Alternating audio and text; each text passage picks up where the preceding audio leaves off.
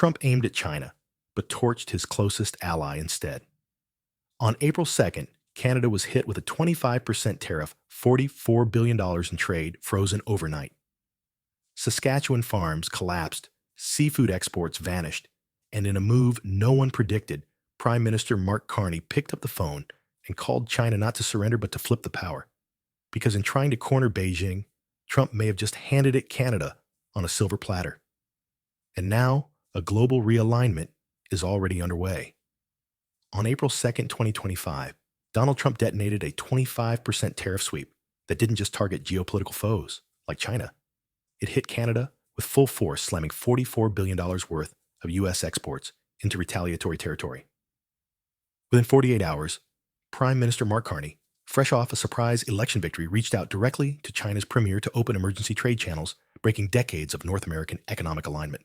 According to the Chinese government's readout, Carney initiated the call, a stunning reversal for a country that had accused Beijing of election interference just a year earlier. As Bloomberg reported, Canada accounted for over $349.4 billion in U.S. exports in 2024, making it the single largest buyer of American goods, yet Trump's tariffs treated it as an adversary, not an ally. Carney's response wasn't symbolic, it was systemic. By engaging Beijing directly, he didn't just pivot trade strategy. He upended Canada's post-war foreign policy identity. But what was the cost of that call? And why did Trump push his closest partner to the brink? Within days of the tariff announcement, China imposed 100% duties on Canadian canola exports, crippling a $29 billion industry overnight, and layered 25% tariffs on seafood and pork, gutting another $7 billion in annual trade. Manitoba's Canola Council reported a 36% drop in overseas shipments in just 3 weeks, and pork processors in Quebec warned of mass layoffs as refrigerated stockpiles ballooned. These weren't targeted measures. They were blunt instruments aimed at Canada for following Trump's lead. As the Wall Street Journal noted, while U.S. giants like GM faced a $5 billion tariff drag in 2025, Canadian producers lacked the buffers to survive even a fraction of that impact. Trump's trade war didn't strengthen domestic industry. It triggered a synchronized collapse across supply chains that included allies. Even U.S. retailers like Busy Baby saw shipment costs spike to $230,000 per container. And the damage didn't end at the border. Canada's tourism economy, already battered, saw cross-border travel drop 18% in Q2, according to FedBeige book data. But while the numbers told one story, Carney's next move would reshape the geopolitical map. Faced with multi-sector losses and no U.S. safety net, Carney didn't grandstand. He negotiated. In February, Canada's federal export index dropped 12.3%, its steepest fall since COVID lockdowns. Yet instead of retaliating with rhetoric, Carney opened strategic talks with China's State Council, framing the pivot as an economic triage, not a political alignment. "We're solving a multivariable equation," Carney said, pointing to a future in which China, the largest importer of agricultural goods globally, may become essential to Canada's food export recovery. China's recent trade deals with Brazil and Argentina signaled its hunger for diversified suppliers. Deals worth $9.7 billion in the first quarter alone, according to Reuters. Carney's pitch wasn't ideological, it was mathematical. The U.S. had slapped a 100% tariff on Chinese EVs. Canada followed blindly, and Beijing responded by freezing imports from both. Europe, meanwhile, had paused, investigated, and retained access. The message was clear. Those who mimic Trump's tactics bear his consequences. But could Carney reverse that math? Before permanent damage was done, Canada's decision to mirror Trump's 100% tariffs on Chinese EVs without independent review triggered Beijing's swift retaliation. But the real damage came from how Washington reacted afterward, by doing nothing. According to Reuters, China halted Canadian canola imports just 72 hours after the announcement. And unlike with Mexico, the U.S. offered no diplomatic or economic support to its northern neighbor. Federal trade data shows that over 76% of Canadian exports still flow to the U.S., yet Canada received no exemptions. No back-channel talks. While the EU launched an anti-subsidy probe before responding to China, Canada jumped into alignment and got blindsided. As Bloomberg reported, Brazil and Argentina quickly moved to sign $9.7 billion and alternative agricultural supply deals with China during Canada's diplomatic vacuum, edging Ottawa out of markets it once dominated. Mark Carney later described the moment as a collision of loyalty and logic. But in farm towns across Manitoba and Nova Scotia, it felt like betrayal by default. What started as economic cooperation ended in isolation, and Canada had to decide if the old alliance was still worth defending. The economic fallout hit fast and wide. The Canola Council of Canada reported a 42% drop in shipments to China within 4 weeks, while pork exports fell by 31%, forcing processors in Quebec to cancel expansion plans.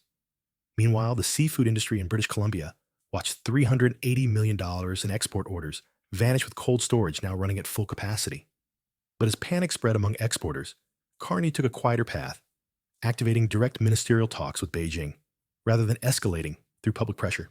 According to China's Ministry of Commerce, Carney proposed conditional tariff relief tied to broader agricultural cooperation and transparent inspections, essentially resetting terms of trade rather than seeking a quick concession. While some critics saw it as capitulation, Bloomberg noted that Canada's agricultural export diversification to Southeast Asia grew 12% in the first quarter of 2025, a direct result of Carney's shift in engagement strategy. He didn't deny China's coercive tactics. He used them as a case study and leverage. The same leverage Canada now had to develop fast if it hoped to survive outside America's shadow. But as Carney made his move, another storm was brewing back in Washington. Ask yourself this. If your top customers suddenly raise prices by 25% overnight, would you keep selling to them or start calling their competitors? That's the dilemma Canadian exporters faced when Trump's April tariff blitz hit $44 billion in U.S.-bound trade. According to the Wall Street Journal, small business owners like Beth Fenbo Benaiki saw shipping costs balloon to $230,000 per container, while cross-border retailers reported a 20% decline in Canadian foot traffic in northern U.S. towns. General Motors projected a $5 billion cost burden for 2025 alone. But behind these macro figures are real losses. Saskatchewan canola fields left unharvested frozen pork piling up in Montreal warehouses, lobster boats docked in Halifax with nowhere to ship. Trump's trade war didn't create American jobs. It inflated costs and punished middlemen on both sides of the border. And if Canada can't rely on its biggest trading partner, who does it trade loyalty, for next Canada's retaliatory tariffs, 25% on U.S. aluminum cars, and $22 billion worth of other imports, were not just policy responses. They were warnings. Trade data from Global Affairs Canada shows a 8% drop in bilateral trade volume in the second quarter of 2025, the steepest quarterly decline since the 2008 financial crisis. Yet the real rupture came politically. Trump skipped the G7 hosted in Toronto, refused bilateral negotiations, and dismissed Carney's visit to Washington as performative during a Fox Business interview. The fallout spread fast. Canadian buyers turned away from U.S. goods, favoring Italian tomatoes over Californian, Quebec pepperoni over Ohio made. Maple-sweetened sparkling water outsold Coca-Cola for the first time in Canadian supermarkets, according to Nielsen data. Loyalty became a liability. And when Carney warned that we must never forget the lessons of betrayal, it wasn't rhetoric. It was a quiet declaration of independence. Under Carney, Canada is no longer following Washington's foreign policy playbook. It's drafting its own. Bloomberg reports that Carney has opened trilateral trade talks with Japan and the European Union focused on digital services and agriculture, a direct shift away from reliance on North American markets. The Canada-China agricultural talks now center around long-term inspection protocols, while Southeast Asia, led by Vietnam and Malaysia, absorbed 12% of Canada's diverted pork exports in the first quarter of 2025. In contrast, the U.S. doubled down on protectionism, extending electric vehicle and steel tariffs across 18 new product categories. The divergence is sharp. Canada is aligning itself with multilateralism, while Trump pushes bilateral muscle. You can't build stable exports on unilateral tariffs, said John Manley, former Canadian Deputy Prime Minister speaking to Reuters. Carney's approach isn't soft. It's pragmatic. The world isn't turning away from the U.S. because of its power. It's walking because of its unpredictability. Carney's endgame isn't just to restore market access. It's to reposition Canada as a geopolitical broker. As of May 2025, bilateral trade with China rebounded by 8.4%, with canola and seafood regaining shelf space in Shanghai and Guangzhou markets, according to China's General Administration of Customs. But the real stakes lie in diplomacy. Carney's team has quietly pitched Canada as a neutral voice in Beijing, Moscow. Backchannel talks leveraging China's influence over Putin to support de-escalation in Ukraine.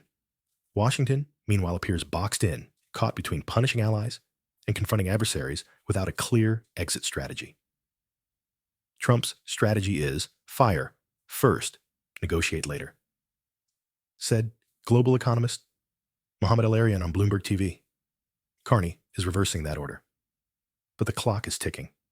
Trump has hinted at escalating tariffs again if Canada continues talks with Beijing. If that threat materializes, Carney may find his balancing act harder to maintain, and the global economy may find itself holding its breath. This isn't just a trade dispute, it's a reordering of alliances. Carney didn't declare war. He declared autonomy. And while Trump expected obedience, he got defiance from his closest ally. The question now isn't whether Canada can survive without America's umbrella. It's whether the U.S. can afford to push its neighbors into the arms of its rivals. But don't look away just yet, because next week, Trump and Carney meet face-to-face at the White House.